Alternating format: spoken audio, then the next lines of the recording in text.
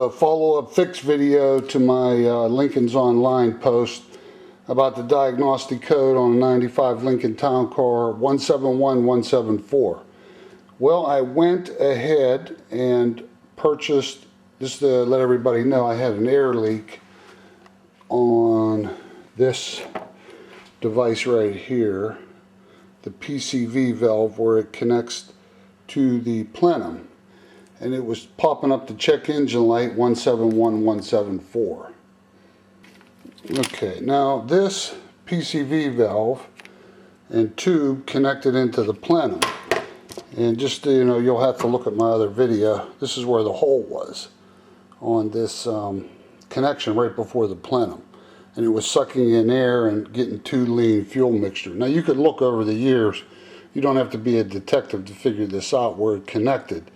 The suction on that hose over the years, just between that gap, pulling it in, it eventually popped a hole in it. Now what I did was I got a piece of fuel line to temporarily replace it. I went in, I disconnected the negative battery terminal to erase the codes, and I drove around with it with this device in place. And the check engine light has not been on since. And you know, I drove probably at least a half a tank of gas. So we went to the Ford garage, my good friends at the Ford garage. This whole unit comes in one piece, you know, PCV valve included. What I also did was, through advice of the Lincoln's Online website, they told me to replace this grommet that goes into the valve pan cover. Now I almost had a nervous breakdown because when I started to pull the grommet out, it started to rip. And I'm like, oh my God, please don't let that drop down in that valve pan, you know, and it didn't. I was so lucky. So I put a little grease on the new one, axle grease, and it popped right into position. And just to give you an idea about the price on such things, these are the parts. Connector and retainer. It lists for this much.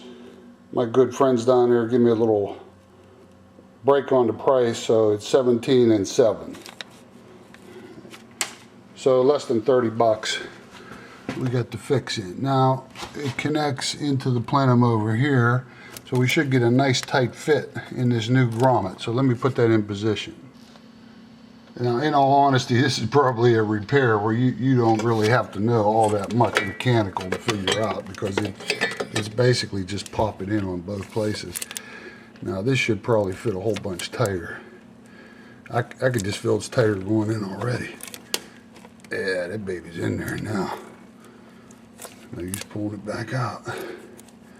Yeah, most secure for sure.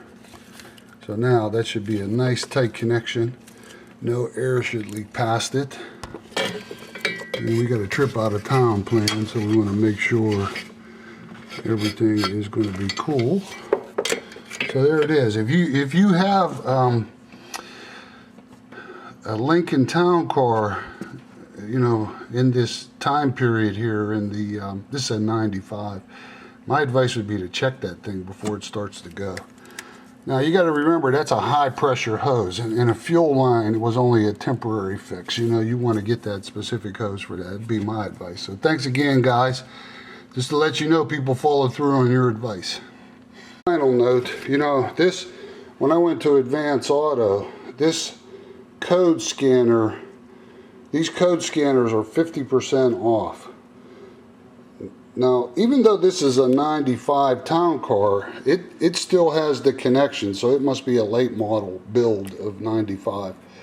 This was $67. It's normally $134. So if you don't have an Advance Auto near you, you could go to the website and check it out. I think it's a hell of a deal, because this is the one that they used to diagnose the code on this car with.